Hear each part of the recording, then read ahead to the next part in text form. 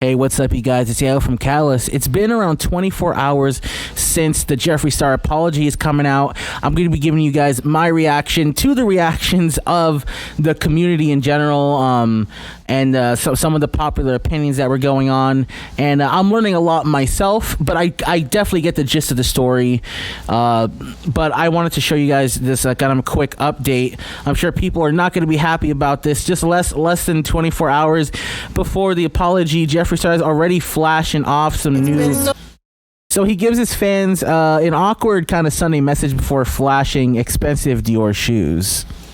Hello everyone, happy Sunday. I can't believe it's almost August. Bitch, 2020 really has no shame. But I hope you guys are having a beautiful weekend. I've missed you guys, and hi, how are ya? So I'm sure people who weren't fans of the apology aren't going to be liking that because, you know, he was just talking about, you know, trying to put your mind and focus on things that are better for humanity, yet you're flashing shoes. I mean, I personally don't care about that, but I know people who are trying to hold him accountable are probably not going to like that type of message. So here are the basic topics that I saw most people complaining about. Number one is that he shouldn't have placed the blame or any blame on anyone else or try to deflect the situation. The apology wasn't specific enough. The apology didn't touch on enough subjects, or he didn't really say who the subjects were. I felt like Jeffree kept saying they, like they're attacking me, they this, but I always wonder who is they. Like in a court of law, if you keep saying they will ask you to be who is they. So we keep saying they. Who is they? Which I guess is also part of the not being specific enough. Why are lawyers being talked about if he's not entertaining the situation, but his lawyers are? That basically means that he is entertaining the situation, because what are you going to not stay in contact with your lawyers? And two, is there a secret lawsuit of some sort or a gag order that is not allowing him to speak up even if he wants to? So I'm going to run through and show some clips that kind of touch upon these basic subjects. I'm going to be running through a couple of clips from some other channels that had some pretty good information, and then I will give my own kind of response to the situation. So this one's by Spill Sesh. So let's see what they had to say about some of the topics. So him on the Mom's Basement podcast still acting like James Charles was some predator. Like, are you for real? You still have this mentality, and then all of a sudden we're supposed to believe that in July, like all of a sudden you've had this realization that James is actually innocent. But at the same time, he's like saying, sorry, James. But then he's also saying all of the receipts aren't going to be shown because they're with my lawyers and they are going to be handling it. So you do have receipts? So you're apologizing to James, but you're still saying that you have receipts on James? I am not understanding, you guys. This is absolutely nuts. He also tried to say that he's been staying off of social media. He hasn't been seeing anything, even though that's 100% false, because you guys know we have been seeing Jeffree on Instagram liking people's posts, especially after Black China posted with him. He was liking Black China's Instagram posts. He was posting with Oscar Wilde. Oscar Wilde was at his office. They were hanging out. You know, I talked about this in the other video about, you know, social media absence and what I kind of think about that. And it could have been maybe not a complete social media silence, but just, you know, maybe you're not checking every single post or checking YouTube. And Jeffree even said in the video that he wasn't checking any videos and stuff like that, or anything that was being said about him. So I think you can use social media without having to look at all the drama. Whether that happened or not, obviously we don't exactly know, but that's how I feel about that point. So this next clip comes from Dustin Daly. I thought that Dustin had some pretty good information to say on some of the things that were said in the apology as well. So let's see what he said and do a response. Certain situations, but we have these more serious things going on in the world, and that we should not pay attention to what I'm doing and we should pay attention to this. I did not like that. To me, that was shifting blame, and I think that it was completely gross. And a lot of people are going to be mad that I said that because he did bring attention to it, but at the end of the day, that felt like a scapegoat situation to me. Now, there are some other things that I really want to address quickly. My battery on my camera is dying. I think that the reason why people never really can't cancel Jeffree, or they never really stop paying attention to Jeffree, is because he gets these outs because people actually say really ruthless, nasty, mean things to him. As you guys know, if you've been watching me for the past month or so, I have really been going through it. I lost my sister. A week later, I lost my dog. And then just like a week and a half ago, I lost my other dog. So I empathize with Jeffree in the fact that he has like lost his animals. Animals are like kids. They're like children to their owners. You know what I'm saying? But iNabber decided that he wanted to say Jeffree Star's response was more dead than his dog. And then under that, he decided that he wanted to actually at Jeffree Star. That's gross. Drag people for things that they can actually control. Drag people for things that they can change about themselves, not things or situations that they don't have any control over. And Jeffree didn't have any kind of control over him losing his dog. I think the last thing that he would have wanted in any situation was to lose an animal. You know what I'm saying? Drag Jeffree for using Black Lives Matter in a way to deflect from a situation that he put himself in, and he continued. Drag Jeffree for him being associated with Davi Vanity and him actually saying things about Davi that he could not prove that was like dangerous to a situation that he was in. Drag Jeffree for lying, saying that he was collaborating with Marilyn Manson when he was not. Drag Jeffree for being behind a whole bunch of drama in the beauty community. Drag Jeffree for saying things about Nikki Tutorials that could have put her in a situation. So I do agree with it seems like when anyone becomes under massive scrutiny, people start insulting them or blaming them or attacking them for things that really have nothing to do with the actual problem. Yes, the whole BLM stuff that kind of popped up, I thought that was definitely a complete deflection. It was definitely really weird.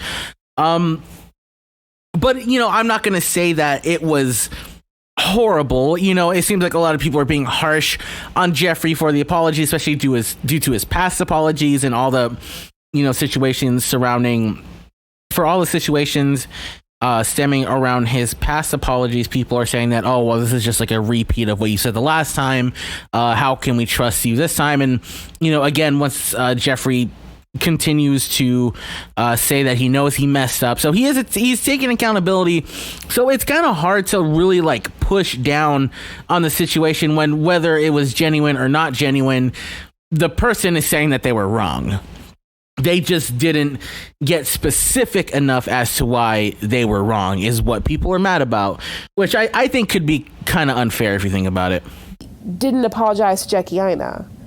So you can apologize to James, but you can't apologize to Jackie. It is really a shame that Tati, in her video, had to apologize to Jackie, and Jeffree, the person who said those words, called Jackie a gorilla, can't even begin to apologize, let alone acknowledge that he was wrong in saying that, let alone acknowledge how damaging and demeaning that word is to a woman of color.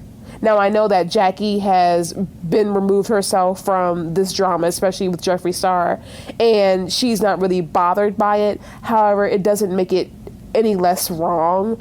And I feel grossed out, you guys, like, to be really honest. Like, I am so disgusted, and I am just so thankful that I stopped supporting him, because I could only imagine what all has been going on behind the scenes for so long that I guess I never knew. And I feel like I woke up, honestly, just in time. I mean, it was very painful, especially because Jeffree Star Cosmetics has been a thing that I've shared with you all on my channel, and we've done giveaways, and you guys have sent me products that you guys have, you guys like, and you guys have sent me palettes and all of that, and we've shared that. That's one thing that I feel also a lot of people were mad at, that they felt that the apology was just low-key an advertisement. And, it is a business.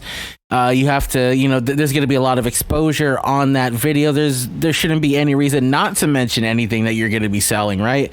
But again, maybe for this type of community that is so conscious, that is so aware of someone's,